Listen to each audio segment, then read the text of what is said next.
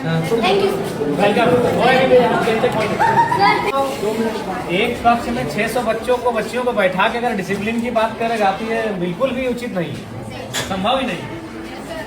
Hardly इस कमरे के अकॉर्डिंग 190 से 120 बच्चे बैठ सकते हैं। 90 से 120 660 मतलब नामांकन है, 240 प्रेजेंट है। ये तो संभव ही नहीं कि कोई क्लास ले पाएंगे। ठीक है, आप निश्चित रहिए, हम लोग इस विषय में बहुत जल्द आगे बढ़ते हैं और आपकी जो असुविधा है उसके लिए खेद है, लेकिन हम लोग उस दिशा में आगे बढ़ेंगे, काम कर रहे हैं। ये कौन सा क्लास है? 11 है। फैकल्टी क्या है? आर्ट्स। अच्छा, पढ़ाई लिखाई ठीक से कर रहे हैं ना? देखिए, मन लगा के पढ़िएगा ना, क्योंकि हम लोग जो है मिडिल क्लास फैमिली से आते हैं। भले आपके प्रिंसिपल आपके साथ खड़े हैं, आपके एमएलए भी आपके साथ खड़े हैं, लेकिन हम लोग मिडिल क्लास फैमिली से आते हैं और हमारी पूंजी शिक्षा ही है। हमारे मम्मी पापा के पास उतने पैसे नहीं है कि अगर हम शिक्षा में अच्छा नहीं करेंगे तो हम कोई बढ़िया व्यापार को आगे बढ़ा सकते हैं, हम बड़े शहरों में जाके अपने आप को स्थापित कर सकते हैं। हमारी पूंजी ही हमारा एजुकेशन है। हम जितना बेहतर से यहाँ से निखर के जाएंगे उतना हम अपने आप को स्टेब्लिश करेंगे। तो इसलिए आप लोग किसी भी प्रकार का कोई कंप्रोमाइज नहीं कीजिएगा। हम जानते हैं कि हो सके आपको समस्या आएंगी, क्योंकि बहन लोग को थोड़ी आ सकती है, क्योंकि आज भी लोगों की मानसिकताएं वैसी हैं, लेकिन आप निश्चिंत रहिए, अब जमाना बदला है, जमाने के लोगों की सोच बदली है और हमें लगता है कि बेटा और बेटी को समान दृष्टिकोण से लोग देख रहे हैं। तो आपको भी कुछ अगर सुविधाएं आएंगे तो उससे आपको पार जाना है और कभी शिकायत और समस्या को लेकर अपनी पढ़ाई से कंप्रोमाइज मत कीजिएगा, इस चीज से कंप्रोमाइज मत कीजिएगा। देखिए, हम दूसरा का उदाहरण नहीं देंगे, आपके बीच आपके एमएलए खड़े हैं और हम आपको बताना चाहेंगे, हम अभी भी स्टूडेंट हैं। अभी हम धनबाद विनोद बिहारी महतो विश्वविद्यालय से डॉक्टर ऑफ फिलोसफी के स्कॉलर हैं और ऐसा नहीं कि कंटिन्यू 2018 में हमारा एडमिशन है, बीच में 2 साल बाधित हुआ है, क्योंकि इसमें होता है कि साल में 1.5 साल में आपको प्रेजेंट करना पड़ता है अपना थीसिस। तो हम अभी भी कंटिन्यू हैं, क्योंकि हमने कभी एजुकेशन से कंप्रोमाइज नहीं किया है। कभी आज हम आपके एज एमएलए के रूप में आपके बीच खड़े हैं और हमें तो लगता है कि आप कम से कम हमसे बेहतर परिवार से ताल्लुक रखते होंगे, क्योंकि हम उतना समय नहीं कि हम आपको अपनी घटना सुनाए, लेकिन संक्षिप्त में इतना बताना चाहेंगे कि हमने उस माँ ने हमें पढ़ाया है जिसने 28 साल की उम्र में अपने पति को खोया था। मात्र 28 ईयर हमारी माँ की आयु थी। हमारा जो छोटा भाई था वो मैंने गर्भ नहीं था, उसका जन्म भी नहीं हुआ, तो दुनिया उसने देखा नहीं, तो उस समय हमारे पिता को हमारी माँ ने खोया था। उसी साल हमारे दादाजी का भी देहांत हुआ था और ठीक उससे 2 साल पहले हमारी एक बहन और एक भाई, और उससे ठीक 1 साल पहले 1.5 साल पहले हमारे एक बहन का भी डेथ हुआ था। तो उस परिस्थिति में एक स्त्री ने हमारा परवरिश किया और आज आपके एमएलए के रूप में हम हैं।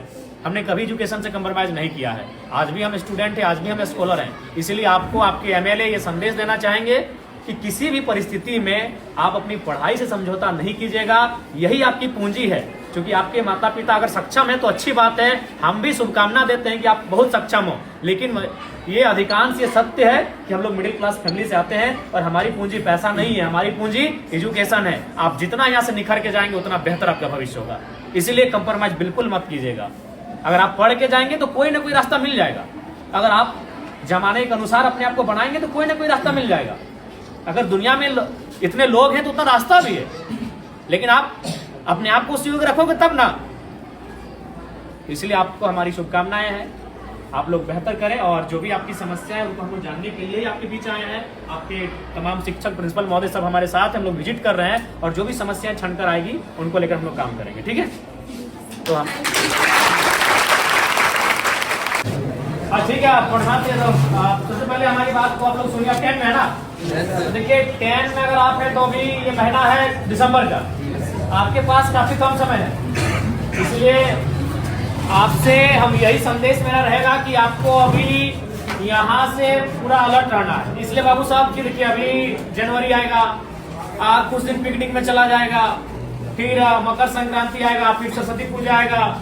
तो हमारे पास अगर देखा जाए तो काफी कम समय है और आप अभी उस मुकाम में हैं जहां अपने आप को बढ़ाएंगे। इसलिए यहाँ से आप एक भी दिन अब इसके बाद ढील मत कीजिएगा। और एक बात, आप जो अभी तक पढ़ाई हुआ है, जाहिर सी बात है, सर लोग मेहनत किए हैं, आप लोग पढ़े हैं, बहुत सारी चीजों को आप जाने हैं, उसको आप प्रैक्टिस कीजिएगा, रिवाइज कीजिएगा। जो चीजें अगर चूंकि अभी 10 में क्या है कि 10 के जो चूंकि इसके बाद जब आप कॉलेज जाएंगे तो वहाँ एक्सपीरियंस दिखेगा, लेकिन अभी आप ज्यादातर रट के याद करते हैं। कोई भी चीजें उसको रटते हैं, 4 बार 5 बार रटते हैं, तो उसके बाद भी अगर मान के चले आपसे भूल होता है तो उसको आप हाथ से प्रैक्टिस कीजिएगा। क्योंकि आप जितना पढ़ के रट के याद करोगे उससे ज्यादा आप हाथ से अगर लिखोगे ना 3 बार 4 बार तो उसको आप याद हो जाएगा। जो चीजें आपको लगता है कि नहीं इसको हम मेमोरी नहीं कर पा रहे, याद नहीं कर पा रहे हैं, तो उसको आप कम से कम हाथ से प्रैक्टिस कीजिएगा। कई बार रफ लीजिएगा, उस रफ में 4 बार 5 बार लिखिएगा उस प्रश्न का उत्तर, तो आपको याद होने लगेगा। और एक बात सबसे महत्वपूर्ण याद रखिएगा, क्योंकि आप अभी अपने जीवन का सबसे महत्वपूर्ण उम्र में है, यही है ये जो एज होता है ना, ये इसको हम लोग टीन एज कहते हैं। हमको अपने आप को बनाना भी यही है और बिगाड़ना भी यही है। अब ये डिपेंड आप पे करता है। देखिए आपके माता पिता तो इस उम्मीद से आपको भेजे कि मेरा बेटा वहां जाएगा, गुरुजी के सानिध्य में बैठेंगे, पढ़ेंगे तो पढ़ के आएंगे, लेकिन अब आप यहाँ क्या व्यवहार करते हैं ये आप पे डिपेंड करता है। तो इसीलिए आप यहाँ 4 घंटा 5 घंटा 6 घंटा समय देते हैं, तो उस 6 घंटा का रिजल्ट आना चाहिए ना। मान लीजिए सपोज दैट अगर किसी भाई को अगर पढ़ने में मन नहीं लग रहा है, तो मान के चलो वो 6 घंटा अगर सिर्फ वो ग्राउंड में दौड़ेगा तो इस राज्य के नंबर 1 धावक बनेगा कि नहीं।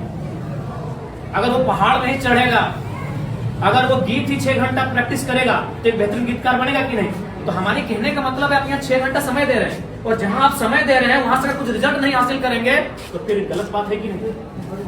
तो इसलिए आप यहाँ 6 घंटा समय दे रहे हैं, अपना 5 घंटा आप समय दे रहे हैं, तो इसलिए यहाँ से आपको परिणाम हासिल करके जाना है, यहाँ से आपको रिजल्ट लेके जाना है। इस बात को आपको ध्यान में रखना है, ठीक है। बाकी आपको जहां असुविधा होगी, आपके शिक्षक आपके प्रिंसिपल तो साथ में ही, आपके विधानसभा के आपके एमएलए हम भी आपके साथ हैं। जहां हमारी आपको जरूरत पड़ेगी आप हमें बेहतर याद कीजिएगा, ठीक है। आज चूंकि समय का अभाव है, तो 1 घंटे हम आपको ले लेते हैं, लेकिन समय का अभाव है। जैसे बच्चा का गार्जियन अभिभावक एक ही हो गया, इसका एप्लीकेशन हम लोग भेजे हैं सर, एक ही के तो एक वाला अनाज बचाना मिलता है। हाँ, तो जो 7-8 बच्चा हम लोग भेजे जिला के लिए सामाजिक सुरक्षा, सामाजिक सुरक्षा, हाँ पैसा 30,000 रुपया महीना मिलता है। ठीक है। हम आप या 10 को आप लोग भेजे, ठीक, इसको हमको संज्ञान में रखेंगे।